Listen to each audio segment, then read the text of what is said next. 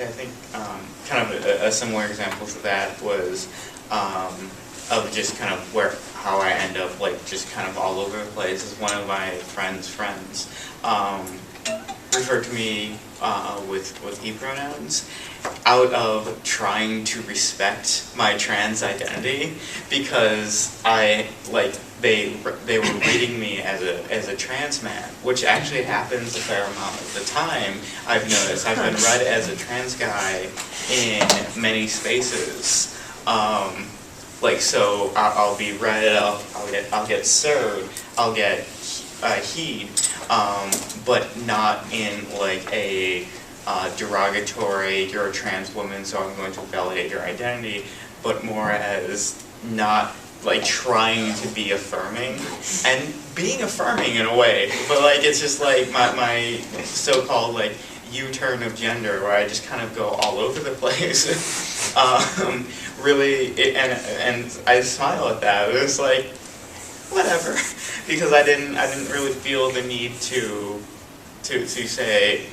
reiterate my pronoun preference, because to be what my pronoun preferences are, which are multiple and varied, is more about people respecting and seeing me in my identity rather than people using a specific word with me.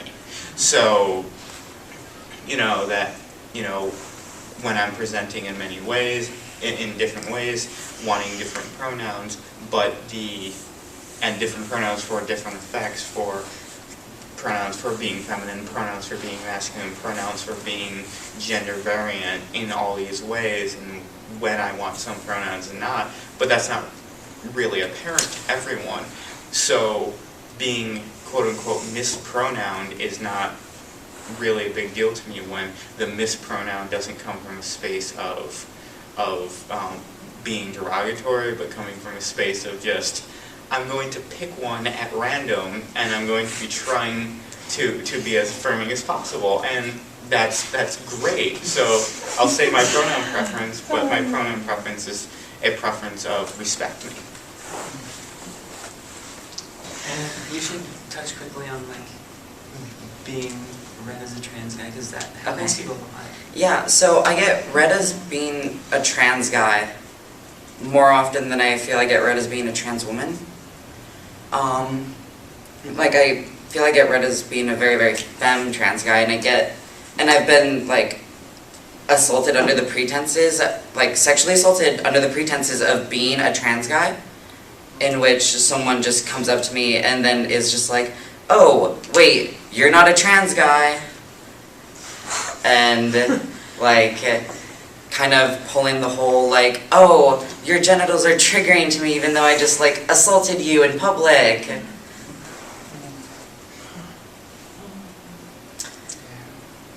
Yeah.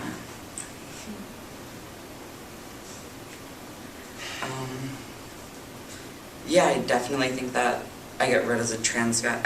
I'm pretty sure I get read as a trans guy more often than anything else. And I have wondered how, like, what leads people to just believe that, because I mean, like, I understand why. I tend to just wear, like, real clothes that tend to try to hide my chest, like, without having to bind because it's uncomfortable. And, just...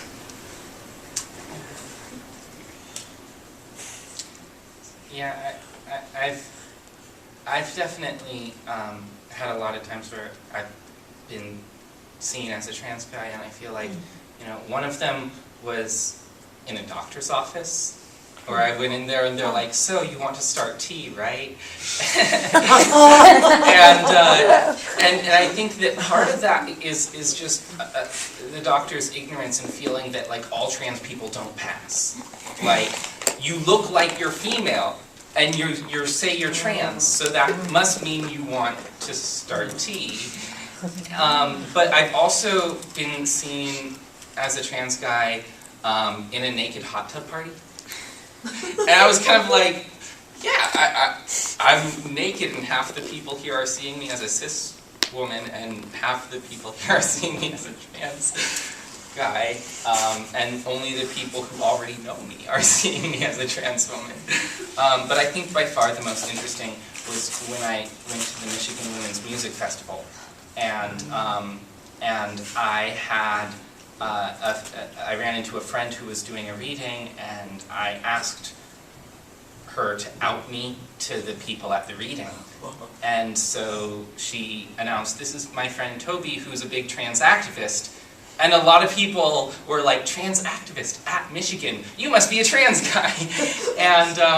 And I had been growing out my chin hairs for a while, and one person actually came up and complimented me on my beard and was being all flirty, and it was kind of like really weird given the whole context of like, you know, there's not supposed to be male energy there. When did you go? Was that recently? So I went for a day. That story happened when I went in 2008 for a day. I actually went for the full week this last time, and it was a big, intense thing. I'd be happy to talk about in more detail later. I feel like nobody really acknowledged or said anything when you said, "I get sexually accosted all the time." You were speaking about people mistaking you for a trans guy. Yeah. But I wanted to say that at least like I acknowledged you saying out loud in a room like, "I get sexually accosted all the time," and I just want to let you know that I heard that, and thanks for saying it out loud. Yeah. Thank you for that. Sometimes it's extremely uncomfortable to just be like riding on the bus and just someone like, you know, just slides their hand across me and I'm like, look up and it's like, oh God, please leave me alone. And the last time it happened was like on Butch Appreciation Day on Thursday, and I was like, I don't appreciate you right now. Yeah, It's not really funny, sorry. It's hard because I mean maybe we can take a moment to discuss violence, because I think that's another big issue. We actually had a fifth panelist who was not able to make it because she was mugged, and is in a recovery space, and she's doing well and recovering well, but was not in a space to be present here. Well, and there's I mean, kind of physical and sexual assaults that happen. A lot of times, for me, I found that are directed at particularly being violently assertive about dismissing my gender identity. Because I was at one of the most fucked up experiences that I had was I was at this like kind of house party, and it was mostly I would say a lesbian space. I was invited by one of my partners who's a trans guy who knew a lot of people in that space, and we were just kind of hanging out and talking to this one person, and he used she and her pronouns with me, just in passing, because I use many different types of pronouns, and that was just the one he picked.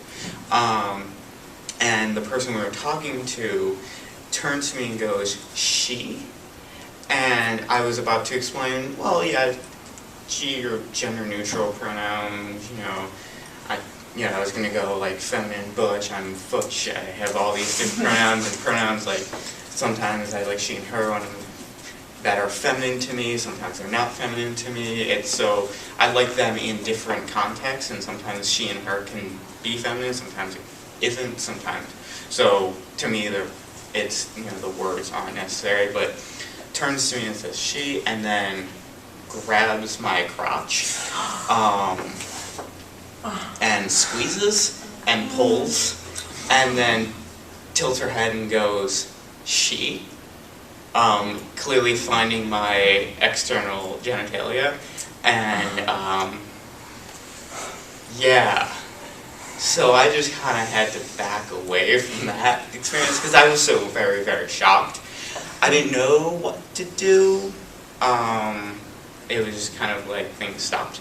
So I just kind of like, sort of nervous laughter and just left. Just like backed away and was like, went into another room and was like, okay. So that's probably one of my most kind of memories of feeling not welcome in a space, to put it mildly, feeling not welcome, and feeling not welcome in a heavily women-identified space where my identity was seen as a threat and a dismissible quality. So those experiences, I think, are also things that need to be talked about and called out for what they are, which is sexual assault.